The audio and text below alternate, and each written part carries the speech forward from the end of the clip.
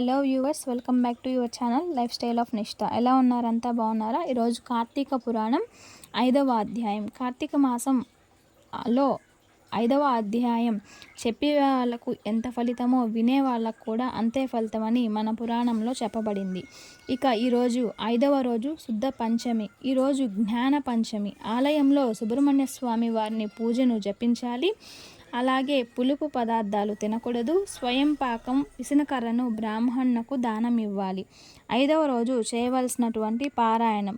జనక మహారాజా, కార్తీక మాసంలో స్త్రీ పురుష భేదం లేకుండా స్నాన దాన పూజానంతరం శివాలయమునందు కానీ విష్ణాలయమునందు కానీ శ్రీమద్ భగవత్ గీత పారాయణం వల్ల కానీ అన్ని పాపాలు పటాపంచలైపోతాయి. ఈ కార్తీక మాసంలో కరవీర పుష్పములు శివకేశవులకు సమర్పించిన వారికి వైకుంఠ ప్రాప్తి కలుగుతుంది. భగవద్గీత కొంతవరకు పఠించిన వారికి విష్ణులోకం ప్రాప్తించును. కార్తీక మాసంలో పెద్ద ఉసిరికాయలతో నిండి ఉన్న ఉసిరి చెట్టు కింద సాలగ్రామాలను పూజించి విష్ణుమూర్తిని ధ్యానించి ఉసిరి చెట్టు నీడను భోజనం చేయవలెను. బ్రాహ్మణులకు కూడా ఉసిరి చెట్టు కింద భోజనం పెట్టి వారిని దక్షిణ తాంబూనాలతో సత్కరించి నమస్కరించవలెను. ఈ విధంగా ఉసిరి చెట్టు కింద పురాణ కాలక్షేపం చేయవలెను. ఈ విధంగా చేసిన బ్రాహ్మణ పుత్రులకు నీచ జన్మ పోయి నిజరూపము కలిగినదని వశిష్ఠుల వారు చెప్పగా, అది విని జనక మహారాజు, మునివర్య, ఆ బ్రాహ్మణ యువకునకు నీచ జన్మ ఎందుకు కలిగినది? దానికి గల కారణం ఏమిటి అని ప్రశ్నించగా వశిష్ఠుల వారు చిరునవ్వుతో ఈ విధంగా చెప్పారు. కిరాతక మూషికములు మోక్షము పొందుట. జనక మహారాజా, పూర్వం కావేరీ తీరమునందు ఒక చిన్న గ్రామములో శర్మ అను బ్రాహ్మణుడు కలవాడు. అతనికి ఒక కుమారుడు. అతని పేరు శివశర్మ. చిన్నతనము నుండి భయభక్తులు లేక అతి గారాభంగా పెరుగుట వలన నీచులతో సహవాసం చేసి దురాచారములతో తండ్రికి వ్యతిరేకి అయ్యాడు. ఒకనాడు అతని తండ్రి కుమారుణ్ణి పిలిచి, నాయనా, నీవు చేసినవన్నీ కూడా పాపపు పనులే. నీ గురించి ప్రజలు అనేక విధాలుగా చెప్పుకొనుచున్నారు. నన్ను నిలదీసి అడుగుచున్నారు. నీవు చేసే పనులకు సిగ్గుపడుతూ నలుగురిలో తిరగలేకపోతున్నాను. కావున నీవు ఈ కార్తీక మాసమునంతా నదిలో స్నానము చేసి శివకేశవులను స్మరించి సాయంకాల సమయమున దేవాలయంలో దీపారాధన చేసినచో నీవు చేసిన పాపాలు తొలగుటయే కాక నీకు మోక్షప్రాప్తి కూడా కలుగుతుంది అని వివరంగా చెప్పాడు. అంతటా కుమారుడు, ఏమిటి కార్తీక స్నానమా?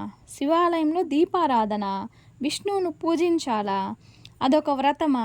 అవన్నీ నాకు గిట్టవు అని అవహేళనగా సమాధానం చెప్పాడు. కుమారుని సమాధానం విని విసిగిపోయిన తండ్రి, ఓరి నీచుడా, కార్తీక మాస ఫలమును అంత చులకనగా చూస్తున్నావు నీవు. కావున ఎలుక రూపం ధరించి అడవిలో రావి చెట్టు తొర్రెయందు బతికెదవుగాక అని కుమారుణ్ణి శపించాడు. ఆ శాపంతో శివశర్మకు జ్ఞానోదయమై భయపడి తండ్రి పాదములపై పడి, తండ్రి క్షమించు, అజ్ఞాన అంధకారంలో పడి దైవమును దైవ కార్యములను ఎంతో చులకన చేసి మాట్లాడాను.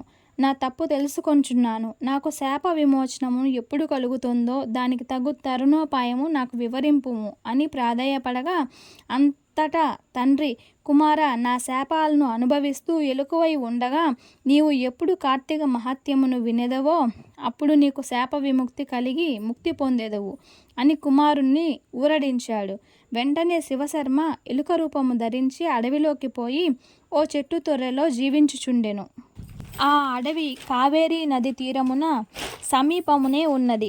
కొంతకాలము తర్వాత కార్తీక మాసంలో ఒక రోజున విశ్వామిత్రుల వారు శిష్యులతో కలిసి కావేరీ నదిలో స్నానము కొరకు బయలుదేరి ప్రయాణ అలసట చేత మూషికము ఉన్న ఆ వటవృక్షము కిందకు వచ్చి శిష్యులకు కార్తీక పురాణం వినిపిస్తున్నారు.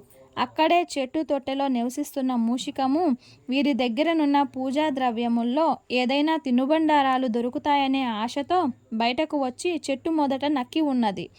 అంతలో ఓ కిరాతకుడు వేట కోసం వస్తూ చెట్టు కింద ఉన్న వీరిని చూసి, వీరు బాటసారులై ఉంటారు, వీరి వద్దనున్న ధనము దోచుకోవచ్చుననే దుర్బుద్ధితో వారి వద్దకు వచ్చి ఆ మునీశ్వరులను చూడగానే అతని మనస్సు మారిపోయింది. వాడు పరమ శాంతి స్వభావంతో వారికి నమస్కరించి, మహానుభావులారా, తమరు ఎవరు? మీ దివ్య దర్శనంతో నా మనసులో చెప్పరాని ఆనందం కలుగుచున్నది. కావున మీరు ఏమి చేయుచున్నారో తెలియచేయండి అని ప్రాధేయపడ్డాడు. అంతటా విశ్వామిత్రుల వారు, ఓయి కిరాతక, మేము కావేరీ నది స్నానార్థమై ఈ ప్రాంతానికి వచ్చాము.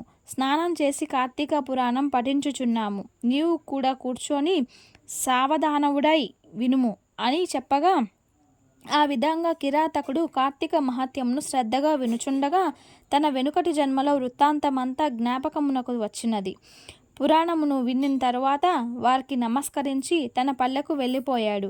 అదేవిధంగా ఆహారమునకై చెట్టు మొదట దాగి ఉండి పురాణమంతా వినిన ఎలుక కూడా తన పూర్వ బ్రాహ్మణ రూపము పొంది, మునివర్య, ధన్యుడినైతిని, తమ దయవల్ల నేను కూడా మూషిక రూపం వదిలి బయటపడితిని అని తన వృత్తాంతమంతా చెప్పి మునీశ్వరునకు నమస్కరించి వెళ్ళిపోయాడు. ఇంటికి వెళ్ళిన బాలుడు కార్తీక వ్రతం చేసి ముక్తి పొందాడు. కిరాతకుడు కార్తీక పురాణ విశిష్టత విని వైకుంఠం చేరుకున్నాడు. కనుక ఓ జనక మహారాజా, ఇహములో సిరి సంపదనులు, పరలోకములో మోక్షము కోరువారు తప్పక ఈ కార్తీక పురాణం చదివి ఇతరులకు వినిపించవలెనని తెలుసుకోవాలి. స్కంద పురాణంలో వశిష్ఠ ప్రోక్త కార్తీక మహత్య మండలి 5వ అధ్యాయం 5వ రోజు పారాయణం పూర్తి అయినది. చూశారు కదండి, ఈరోజు 5వ అధ్యాయం ఇదన్నమాట చెప్పుకున్నాము. ఇంకా మిగిలిన అధ్యాయాల కోసం ఇంకా నా ఛానల్ని ఎవరైనా సబ్స్క్రైబ్ చేసుకోకపోతే సబ్స్క్రైబ్ చేసుకోండి. అలాగే లైక్ చేయండి, షేర్ చేయండి. మీరు సబ్స్క్రైబ్ చేసుకున్నప్పుడు బెల్ ఐకాన్ టచ్ చేసి ఆల్ నొక్కినట్లయితే నేను ప్రతిరోజు మీకు అధ్యాయాలను అప్లోడ్ చేయగానే మీకు ఆ వీడియో నోటిఫికేషన్ రూపంలో మీకు వస్తుందన్నమాట. ఇదండి ఈరోజు video. Thanks for watching. Next వీడియోలో మళ్ళీ కలుద్దాము. అంతవరకు నమస్తే.